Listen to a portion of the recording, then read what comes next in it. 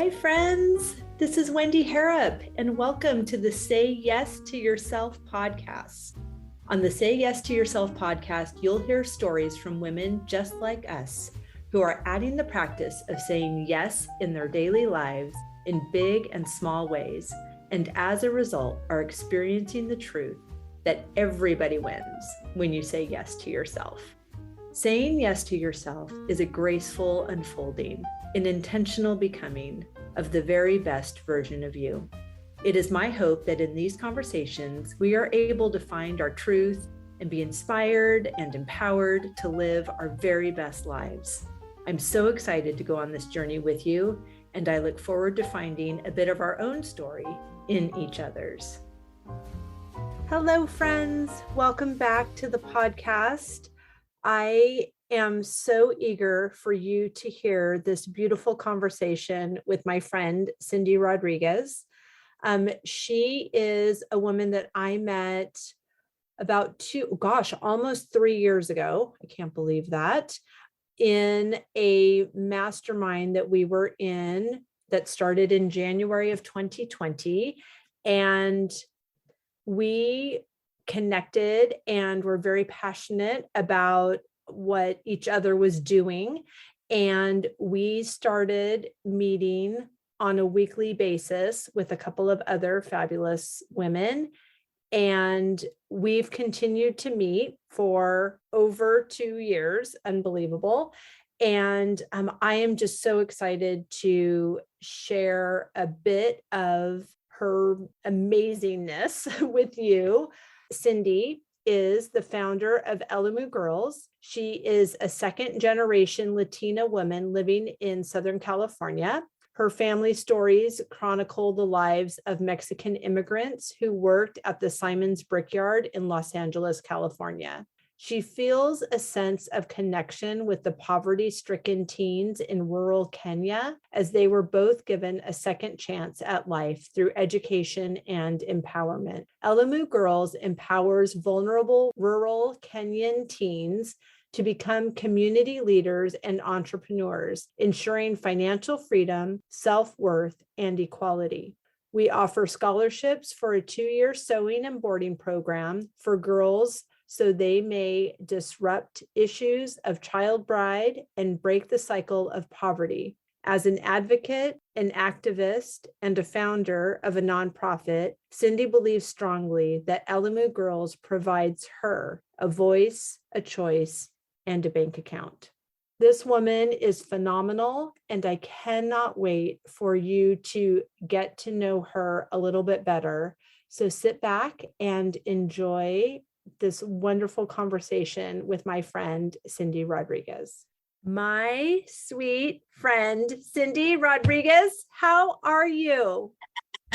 I am great. How are you, Wendy? I'm fabulous. I'm so excited to spend this time with you. Thank you so much for being here. I am too.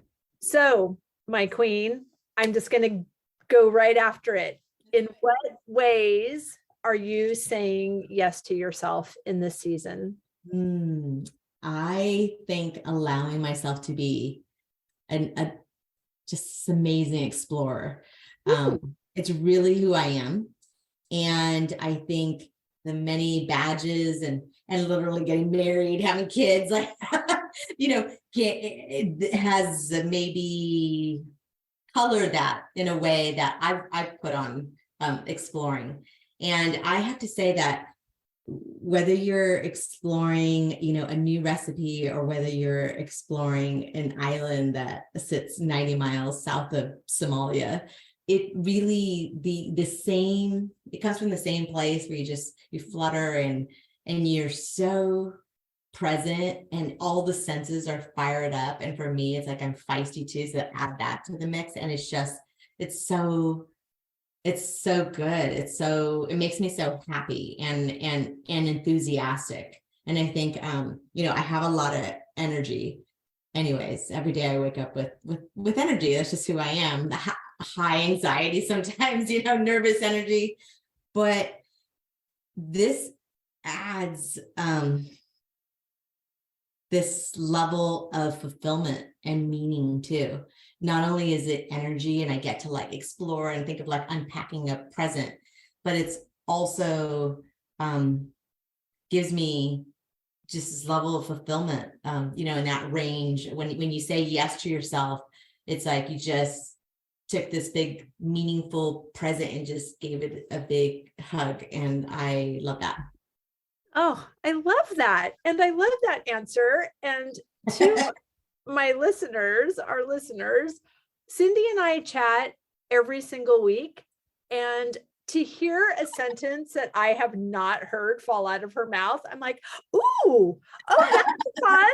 Say more about that. So I love when you guys, like you find your people, and like we've been speaking weekly for 2 years. Amazing. We still have something to say. I interviewed my friend Sharon a few weeks ago, and that is the same thing. Like we've been friends for 22 or 23 years. Yeah. We have phone calls on Friday. We speak for 2.5 hours. Yeah. And it's like, oh my gosh, how do we? I think when you are, there were so many moments, right? There's a gazillion moments in our lives. And a lot of times we're just racing through them at this pace with kids, we're grabbing our kids' hands. We're already looking at, is the light going to turn green? You just aren't really present. Yeah. At least I'm guilty of that. And I think I've entered this new phase of my life of saying yes to being more present and being more intentional, discerning better. And when you, for me as an explorer, wow, you just like, it literally pops through your body and you're just like, oh, that's so cool. So I look for those moments where I can find meaning and connection with even the little tiny things, walk into a flea market and discover some things. It's really who I am, I think, and I'm feeling really good about that. Another area I've said yes to in my life recently, actually it's been about a year, is playing tennis. Ooh. And tennis, I play at the public courts here in Los Angeles, and that might already imply a couple of things that are like so true about public courts. They bring all walks of life. And so I play in these group classes, and I have a really, really tough coach. And I think for me, the exploration has really been about who Cindy is and who Cindy is on the court psychologically, because hitting a ball is one thing, but wow, the feedback that you receive, I consider myself a pretty direct person and I could get feedback, but in the tennis realm, receiving feedback from the coach that just has zero filter was really, really challenging for me at the beginning. And it's psychologically, I would sit in the car and I was just like, I'm never going to get this. Why am I wasting this amount of money on going to these lessons? Everyone's so much better than me. I really sat with myself with those thoughts. And, and the next day, again, I come with a lot of energy and it's like, okay, just get back in there. And I would. And I think for 6 months, it just honestly kind of got worse before it got better. But something clicked. And I think it's really being consistent.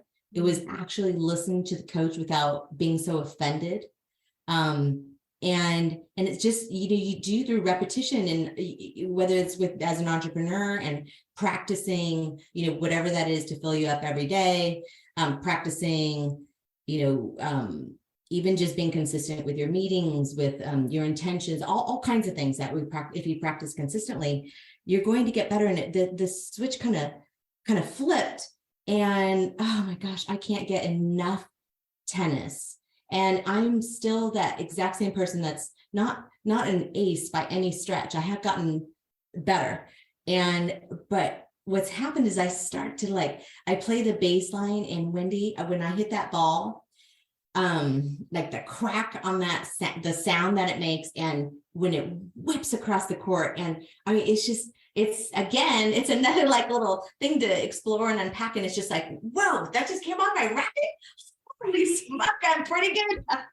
Or just like someone else cheering you on. Oh, I drink that up on the courts these days. And I think that playing tennis, there's so many pieces of how I could apply that to my life. Right. And I believe that who I am on the courts these days, someone that's accepted that I'm not great at all parts of playing, someone also that's accepted that like strategy is really important for growth.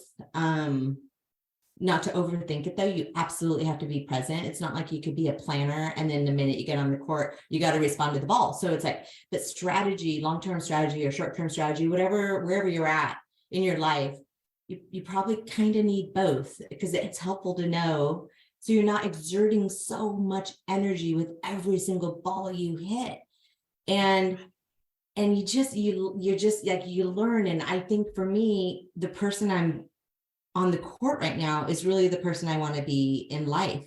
And I like to describe myself as a beast. I feel like a beast out there, like in the best way possible. And I am like this girl that when you get off the court, I want to people please. I want to make people happy. It's catastrophic if I disappoint people. And I'm also really afraid to trust people because I feel like I will be disappointed too for things that are very meaningful to me. And the more I step on that court, the more I'm learning that it's totally okay to be not the best yet. Yet is a really important word in there, because I keep planning on getting better and better. Like the growth mindset that I've experienced now in tennis, and not to mention like kind of kicking and screaming and being a pain in the butt out there sometimes. Right. Like, damn ball, what are you doing? Like I'm crazy. And I can't even help it. Like, and I sometimes I'll get to that net, Wendy, and I want to crush that ball. And that's so not my personality. Like, right. It's so like, fascinating. But that's the beast that needs to come off the court now.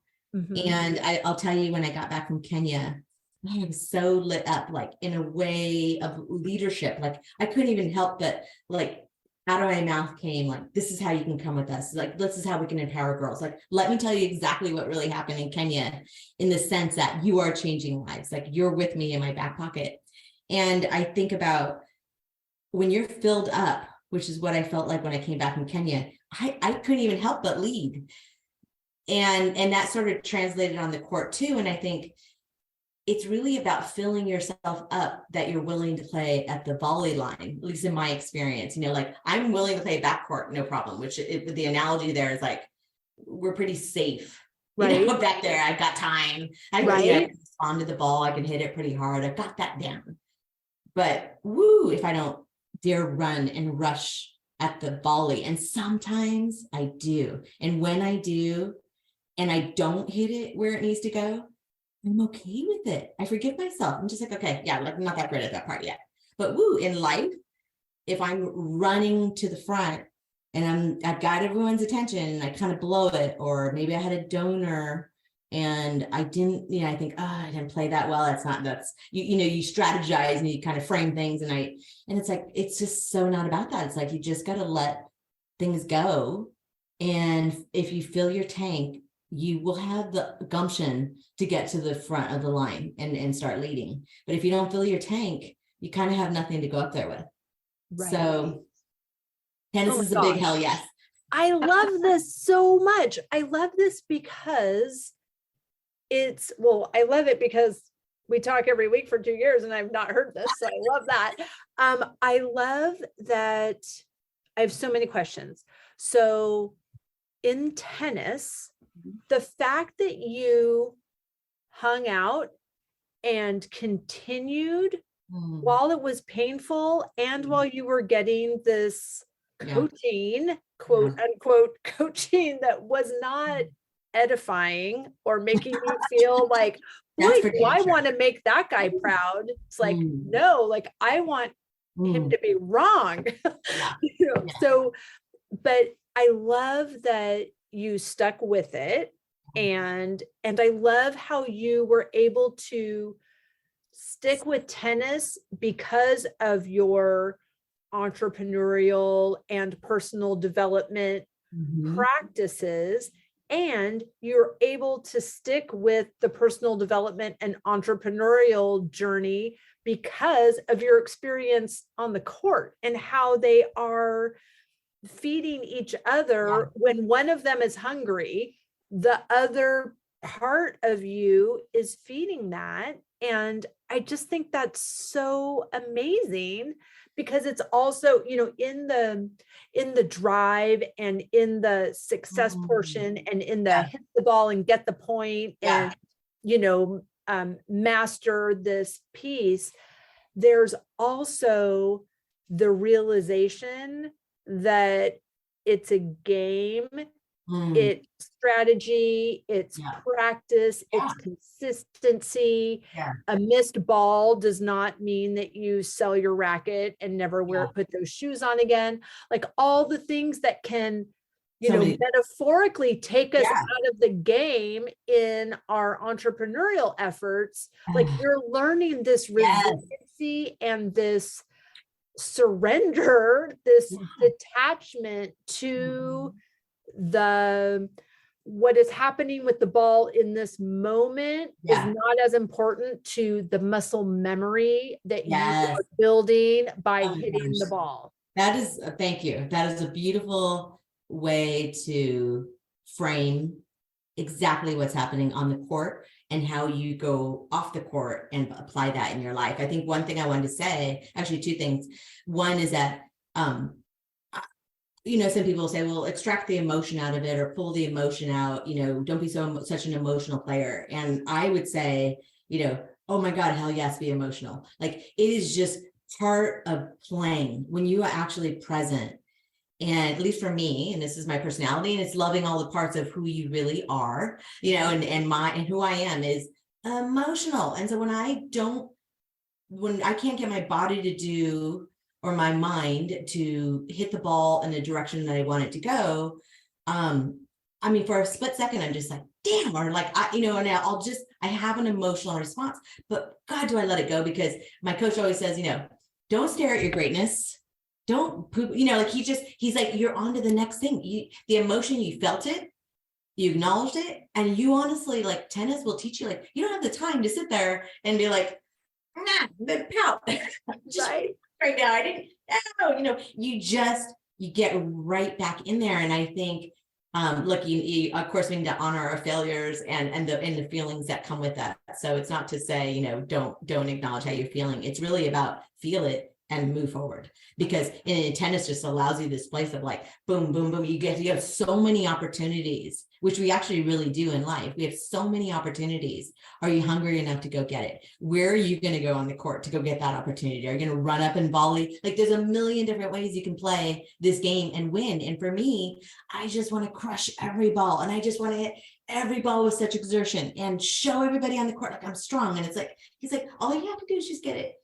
But it's so contrary to how I might be showing up. The automaticity that I've been practicing for years and years and years and years has been be the best. Like you're going to need to practice, like, and then you can go and hit, one ball. And it's like, actually, there's a million ways to hit that ball. Start thinking about like, here's the goal line. It just can get popped over. I can hit it, down that. Like there's just a million ways to play.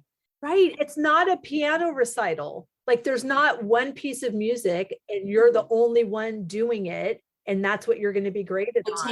Take me into my personal, nonprofit, but sort of entrepreneurship journey. Really, it's for profit too. Right. It's like you think you need to do things a certain way because it's sort of like pre-programmed in us to be more masculine, to have, and you get so tripped up with how to just allow yourself to mess up and move forward. But in these kinds of games, I think taking that and applying it in your life is really, really valuable. I think also it's really made me ask the question, who am I off the court?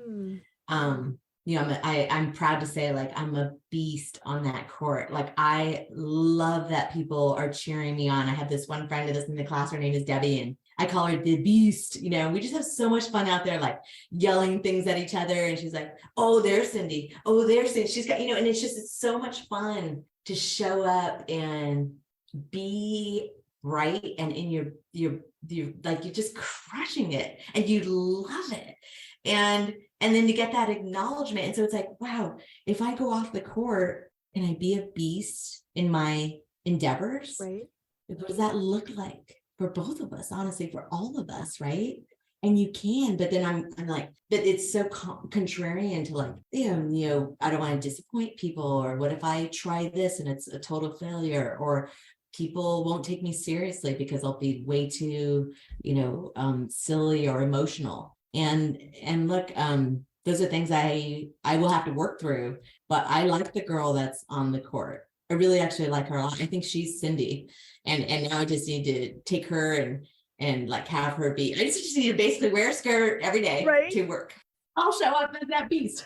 But I've just, I think for me personally, saying yes to tennis and sticking with it, recognizing that I am an emotional person. So even in sitting in the car and turning the car on and just having those moments of like, oh, I'm never going to get through this. Like, I allow myself a good 24 hours just to have that. Like, I am emotional. I actually make really good decisions once I go through the spikes. Right. It's because I've learned enough about myself to know I shouldn't make rash decisions like right away. I need to go through till I find a balanced place. And then you're back at it with a whole new set of energy as the day comes. Every day is a new day. And, you get back out there and keep playing the game of tennis off the court. Oh my gosh. I love all of that. It's so good. And I'm with you, Wendy. Come on. Just journeying with you and hearing you speak about things that, you weren't sure how you were ever going to be able to answer these questions.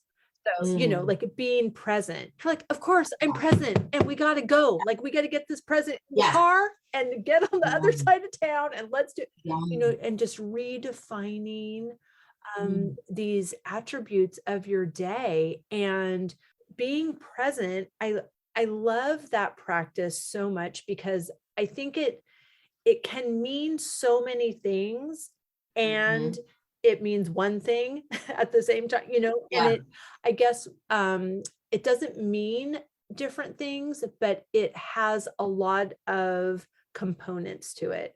So, checking in with yourself, feeling that in your body, knowing, like you said, you're emotional. So like in your human design, like knowing whatever those things Stacy told us, the words are, I can't remember, but that, like we need time to make a decision. And so learning about yourself in the season of life that you're in right now also, because I think if we've gone through so many years of kind of losing ourselves, when someone asks us, well, who are you really? Like if you're, not a mom, not a principal, not a, you run a nonprofit, like none of those things. What are you? Who are you? You might be tempted just to go to the definition of the last time somebody asked you that question, which maybe was your college application or something, it's like, oh, you really have to find out who this person is, which is so beautiful because it brings us back to the beginning with your explorer desire and how that's how you're saying yes. And you're just discovering. I have this funny, there's two things that came to my mind. These exercises, one is recognizing that I love contrast. That's part of exploring for me in the more extreme, the color and the contrast, whether it's, poverty and luxury, color of a person's skin, all kinds of things, music. I think I can describe myself, and I hope this isn't offensive to say to anyone, because it's probably a little bit non-PC, but, from Chola to like Mother Teresa, there's a range, I have a real range. And I see that even on the court, right? And you mentioned these accolades of like being an educator, having a principal background and how you should really, you have public notoriety, so you should behave a certain way, or as a mother, we should behave a certain way, or as a nonprofit founder, you should behave a certain way. And I think an exercise that I've gone through is literally completely like saying, okay, put that aside for a second. And I want the worst critical Cindy to come out. Like just start to say things that you don't like about yourself, that no one else would believe you would say. And you start to, maybe you say something like, maybe how I look, I look like I'll never be tall enough. That's how I feel. I'll never be tall enough. And I have a lot of platforms in my closet to prove it. And so, and like, you are shorter than I thought you would be. So, yeah. Yes. And then she says, but love that. And literally I have to go through the practice of, and I love that. And I am not educated enough. I didn't go to a great school. I can never really, I'm terrible at like to add, 2 and 2, I'll get 5. Like, it's not a skill of mine. Okay. But I love that about myself. And what? So when you begin to truly accept and actually even articulate, and maybe this is an exercise for everybody, but I certainly benefited from it, because you do say it in your head.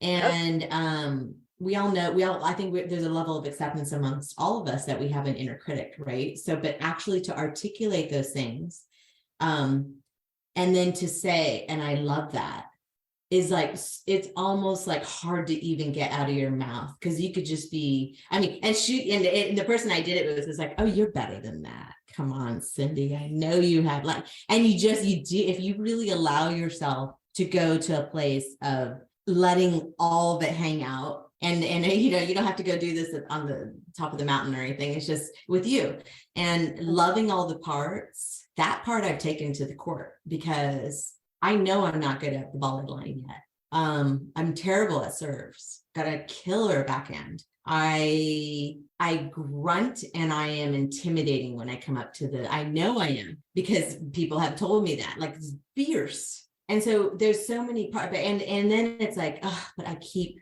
hitting it the wrong way, or I'm not playing strategically enough, but I love that. I'm going to get better. So there's so many pieces of like, when you can say, and I love that, and it's the really crappy stuff, you're gonna eventually, it's just not gonna mean that much, because you love that part of yourself. And I've heard it almost all the way to the extreme of, I hurt a child and I still love that. And and that's a piece where I think people start to be like, what? Yeah. And sometimes it's just what it is. Right. And that's a real, in my line of work, with working with some of these cultural practices, a 2-year sewing and boarding program, where these remote girls in this area of Kenya, where these deep cultural practices of, cutting, female genital mutilation at age 12, the practices is traumatizing.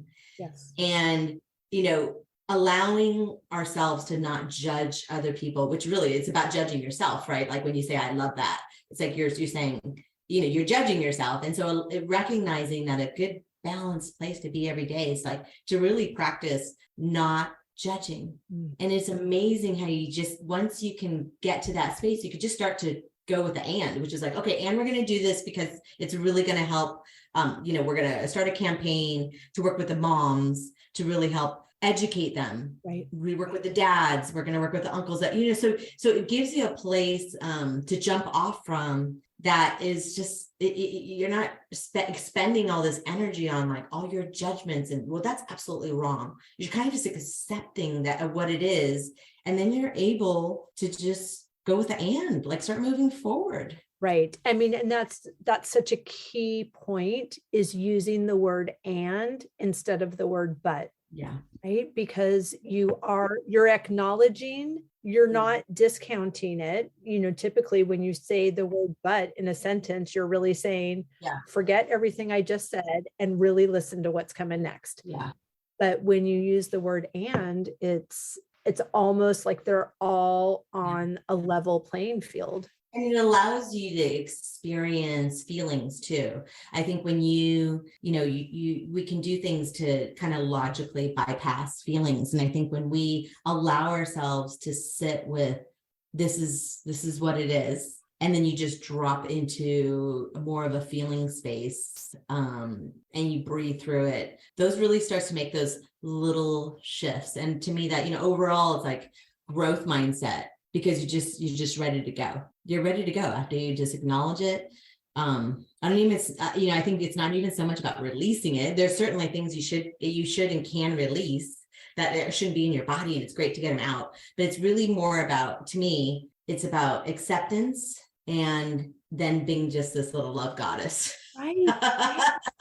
Right. Because love goddesses like to spread love and like to collaborate and like to have experiences. They're not sitting in the back of the, or off the court. Right. They like to, they want to get in there. So, well, judgment is a distraction from the work, right? Yeah. Judgment, if I'm judging what these cultural practices are, and I'm putting all of my energy toward being furious about what's happening.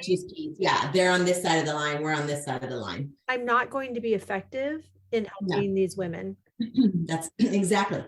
And and a lot of times these men are equally as drugged through the mud, so to speak, and they have an experience. So they're, a lot like that automaticity of what they do is because that's what they learned. Right. And so, I think that it's so powerful when someone has done something that you deem good or bad, a real jerk, those kinds of things start to come out of your mouth. It's like, imagine, instead of like pulling yourself away from them or going at them with like your opinions and your judgments, you just, you act in a loving way. And it's really, really hard.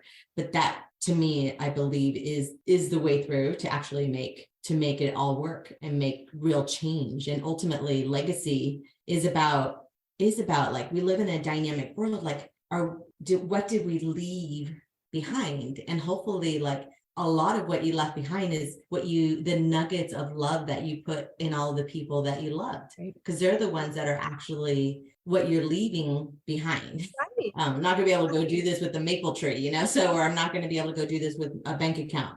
So it's really about like, legacy building is so much more about humans and having this, living in this very dynamic world where you have to be relatively in flow, as least judgmental as you can be. And I'll put that big and cap on, like, okay, let's go do the work. Let's go empower you. Right. And leading with love. Yeah. I'm doing a course in miracles I started this year, and it is, the whole point of it is to transition from a mindset based on fear to one based in love. And just everything that we give, we're giving to ourselves. Yeah. Like, wishing a sword to fall down on your brother's head is a sword on your head. It's right. And that's exactly true. I think, it is challenging when you take that to the context of, a boardroom, like for many people. But I think choosing to, like, using even keywords like I choose or I choose not to, versus I can't, and these very little mindset shifts. You might be in a temporary situation where you need to work for 6 months for someone you don't really want to be in this company or what have you. But it's like, even saying, I choose not to do X, Y, and Z today. Like, that's actually a really empowering word choice. Or I can, I can get a lot out of working with this person. And, otherwise it's like, I can't stand Betty because they're just, they drain my energy. Right. And you just have to create a new narrative. Yeah. You're right. And it's, it sounds simple. It is simple. It's not easy. Yeah. But it's simple. Yeah. We write a new story. Yeah. Well, it's like acceptance. Are you kidding me? That's one word that it's simple, but man, it's not easy. Yeah. You're spot on with that. Oh my gosh. So you have done so much travel in the past few months. You've gone, Yeah. I mean, speak a little bit about that, Yeah. because I'm just thinking, just even as I recall, like you've done family trips, and, you went to Kenya for Elimu Girls, and you went to, what was the place in Mexico that you went? Oh, Oaxaca. Yeah. Yeah. Been to Oaxaca, on a women's artisan retreat where, Oaxaca is just this beautiful place where it sits in a valley, and we visited all the female artisans that were, still practicing like indigenous practices. And to honor them, it was regenerative travel where you literally directly pay them for their goods. We also went to Colombia, and I went to Colombia. We it's a beautiful country, and so many different biospheres. And it really, the one part that sticks out for me in Colombia is, again, it's colorful and the contrast. And Barichara is this one town that I went to, and again, we visited artisans and using the land in a way that really honors the land, and it's about growing and sustaining the land in an organic way, but also taking what you need and helping your family and feeding your family. And so many beautiful artisans that we visited in Barichara, Colombia. We went this summer to San Sebastian in Spain, and I think the experience there was really about, it was just indulging in, we actually joined a tennis, like a quick little, like a 3-week tennis club. And my goodness, there were so many days where we just played off the Bay of Biscay, and it was absolutely gorgeous. And that was I will receive kind of trip, and it completely fills you up because it's just so luxurious to be on a clay court with your family. Lucky and in gratitude for being able to share this experience at the court and passing the ball and having fun, even having like moments of tantrums. and then from there, from Europe, my most recent trip was to Kenya.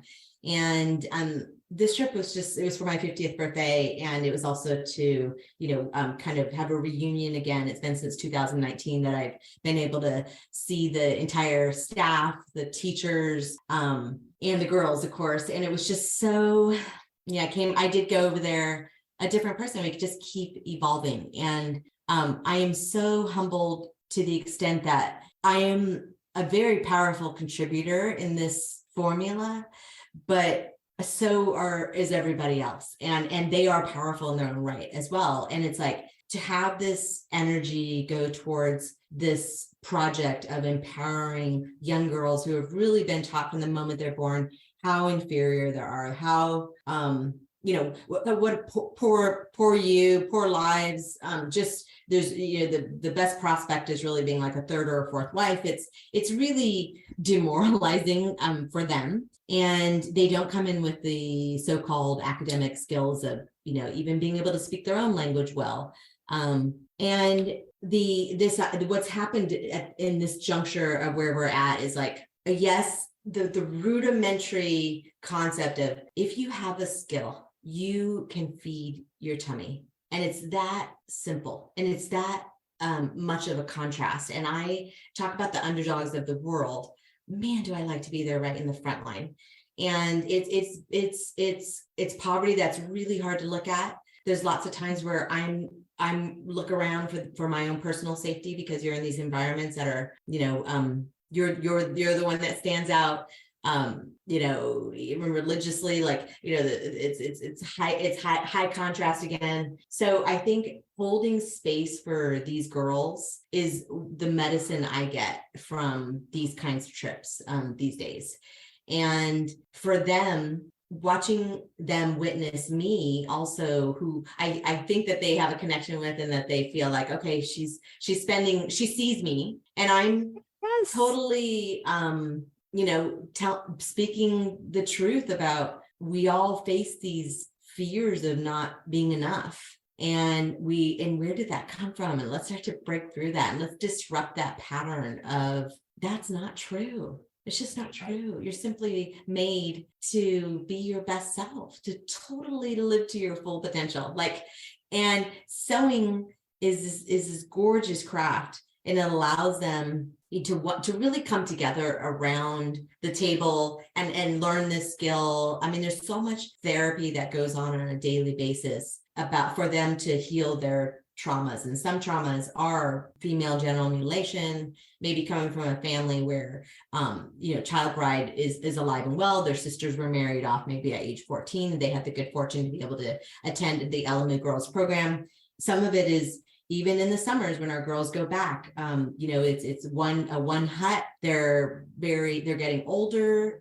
Maybe their older brother, their uncle, they're all in the same hut. There's lots of abuse that can happen as well there. So it's like, there's these girls really drop into how they bond with each other, because there's been some really, really tough things that have happened in their lives. And when I witness that and hear their stories and they hear my story, that space that we hold together, you are undeniably bonded to these women. And so when you're able to help truly give them the power back of, not even me giving them the power back, but all of us giving them the power of, oh my gosh, I can do that. I can make money. I can start a brand. I can be a designer. I can. And that is just like, I don't know how it gets better than that. I mean, that was like, God gave me that journey and I'm just like running with it. So it's pretty good, Wendy. Oh my gosh. I love it. I love it. And I love how all of these yeses are so integrated. They're a yes to you, and the ripple effect is immeasurable. And I think, the yes to that I struggled with before I went on this trip was, I was turning 50 and I was celebrating over there, and already in the back of my mind, I wanted to stay in a very, very nice hotel that sits right off the Indian Ocean. It's gorgeous. And so I decided to splurge. And I remember thinking, just having a little bit of angst with that, because again, the contrast is so great. There's an aspect of like, well, that money can be spent on something else. I need to self-sacrifice. And I think the way that I approached that and sort of reframed that for myself was, I love staying in a beautiful place. It really makes me happy, and making me happy is going to resonate with these girls. One of the most powerful things we can emote is enthusiasm. And when you allow yourself to receive something that's going to make you feel enthusiastic, like, do it all day long, because take that out into the world, and that good energy is felt. And I also have learned, like, from a judgment standpoint, it's not like, oh, poor you too. Like, there's an aspect of like, well, but they live in these really crappy little huts and I'm going to go stay in this gorgeous, beautiful room. And it's like, again, it's a judgment. And it's not for me to say, oh, you have a lot in life. And I have this great life, and let me come over to you. And then I can help you. It's such a mindset shift when you start to say, oh my gosh, you are such a bright light. Like, I see you. Right. Did you put that outfit together? Did you make that? Like, they're shining already. And then, oh, by the way, we're putting like this massive spotlight on them too. And I'm shining because I'm happy. I'm really enthusiastic about staying in this palm tree, beautiful, off the Indian Ocean place. So a lot of times you just have to say yes. Well, right. And you're not taking the money that was for them and spending it on some fancy hotel. That was already, it's a renewable resource. And when you do something nice for you, it did not equal something bad or less for them. That's a great way to articulate it. Yep. Yeah. And so as women, I'm often asked like, oh, why do you care? Why do you care about these girls on the other side of the world? And I think we are so collected and cooperative, right? Like, so we have to take care of our own personal mission, whatever that is for you. And that is a bit of a like filling, when you go to the gas station, what kind of gas are you putting into your body, into yourself? So, and the tennis courts and the luxurious hotels and the travel, like that fills me up. But we also have like a world mission. We each do. And, your world, if your world is down the street volunteering, or your world is, maybe every once in a while for Thanksgiving, you are able to help with a can drive, whatever your world is. And to me, this world of contrast, and again, that contrast, like, I swing all the way to the underdog in this area that is so ridiculously enticing to me, with the music, the singing, the drumming, the colors, the textiles, the food, the color of the people, all of it. So it's like, I think that contrast, again, that piece of it is just so, we living that world mission, again, wherever your world is also a part of being cooperative and contributing. So I would encourage everybody, it fills you up in a way that it's like nothing else. And that is separate of like what your personal mission is. So I really feel like it's important that people understand the value they will get for themselves when you serve a world mission.